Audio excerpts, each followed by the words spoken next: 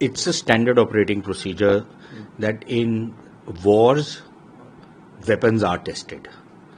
Whether it was in Syria, whether it's in Ukraine, not only are weapons tested, doctrines are tested, and new doctrines are developed. So, if that happened in the 4-day conflict between India and Pakistan, I don't think there is anything extraordinary about it. Yes, the Chinese would have gone through, as the general says, a live lab of their weapon systems. And incidentally, these are not the top of the line Chinese weapon systems, but even then, it gives both sides a measure of what those weapon systems are worth. So India has got a reasonable measure of what Chinese air defense systems, Chinese missiles, all the other stuff which the Chinese provided the Pakistanis, how good or how bad it is, how it can be, how you can counter it. And I think the Indian Armed Forces gave a pretty good account of themselves in this whole thing. It was also an opportunity for us to revisit some of our own doctrines, some of our own tactics, including on initiating a conflict.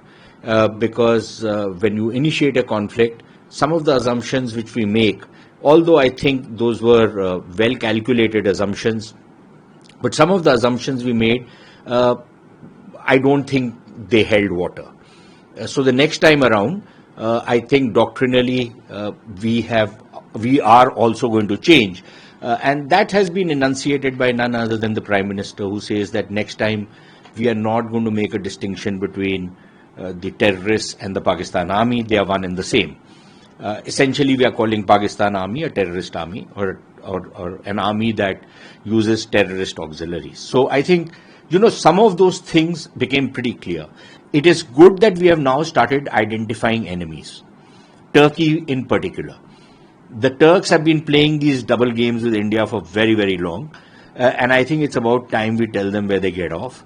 And frankly, again, I can understand Turkey has a good relationship with Pakistan. The Turks were giving them all kinds of equipment that turned out to be rubbish. Turkish equipment turned out to be pure rubbish. So that is another matter. But that does not mean that the Turks had a very benign intentions. In fact, for the last 1500 years, we've only had horrible things coming from Turkey into India, including the Turks themselves. So that is the reality of the world, of life in this part of the world. And I think it's good that we are identifying it. China-Pakistan Nexus, again, there's no surprise there. The only thing is that, yes, the Chinese were expected to give whatever support was possible to Pakistan, which they did. It was expected that they would give them all kinds of satellite linkages, all kinds of information, the ISR capabilities, which the Pakistanis don't have. The Chinese, as their sugar daddies, will give them all of that. All of that was expected. So I don't think it should have come as a surprise to anybody in India. But I think it was also very clear that the Chinese are not going to come out openly in a fight on Pakistan's side against India. Will that change next time around? Probably will depend upon circumstances. But if it is just a spat between India and Pakistan, I don't expect the Chinese to actually participate in a conflict directly. Maybe indirectly, yes, with all the support they can give. And I think for us, there is another lesson that I think we need to learn, which I think we already understand, that in the event of any conflict, any war, we will pretty much be fighting on our own.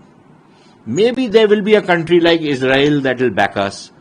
But if we think the United States or the UK will never back us in anything, they're perfidious all the time. But none of the other European countries are going to come and stand, with us in any conflict. I don't think we should even expect that.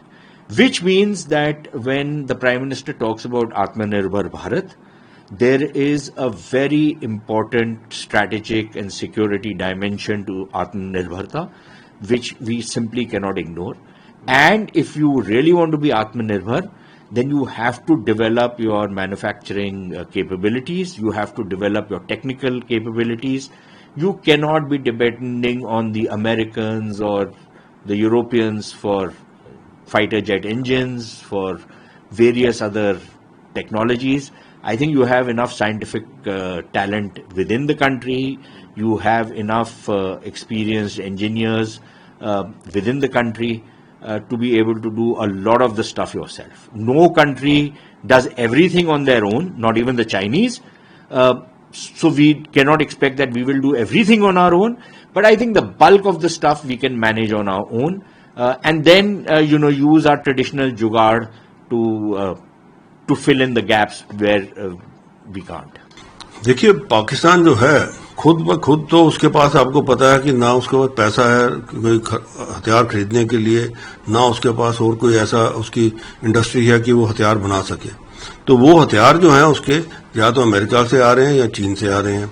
America के जो हथियार हैं उसके ऊपर तो उन्होंने पाबंदी लगाई है कि कहीं वो जो जैसे उन्होंने F-16 वगैरह दिए हैं वो हिंदुस्तान के खिलाफ नहीं इस्तेमाल कर सकते. और कहीं पे भी अगर अमेरिकन इक्विपमेंट इस्तेमाल करना किसी के खिलाफ पहले उनको परमिशन लेनी पड़ती है.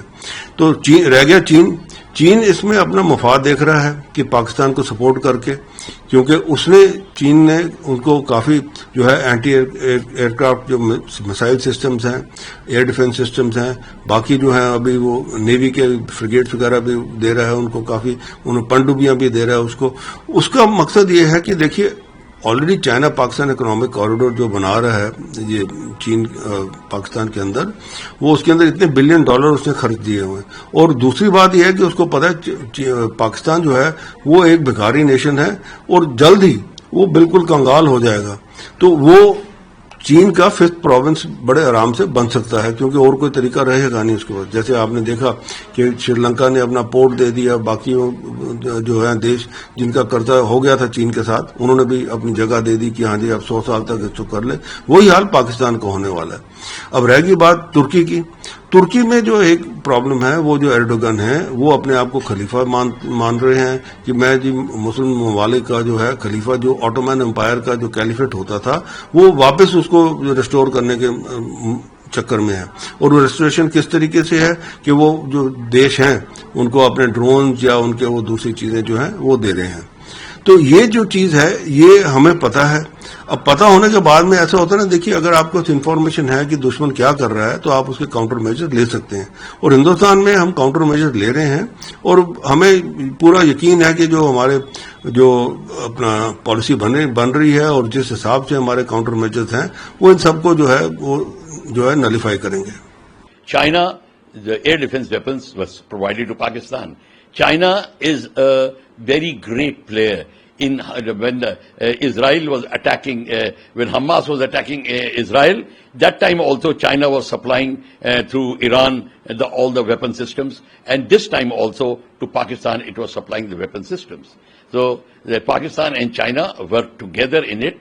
And it is thanks once again to our air defense system that we did remarkably well, and by intercepting Chinese made weapons, including the Chinese aircraft, including our aircraft radars and everything. They performed very well, though there is scope for further improvement, which I'm sure DRDO and our Indian government is doing it. But this aspect has to be also understood, that who is our friend. Turkey was round the clock helping Pakistan.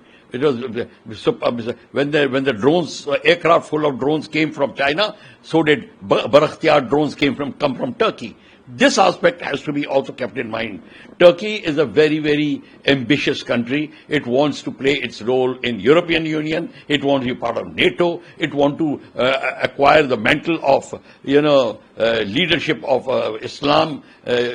So Turkey is at the moment quite confused. It wants to play a triple role. I do not know how they'll do it. But question is, we have to understand. But you have forgotten, it's Bangladesh also which was there, which was supporting Pakistan, though obliquely. And between China and Bangladesh had already made, statements that Siliguri corridor is open. It's a high time we start thinking about it, putting mental pressure on India.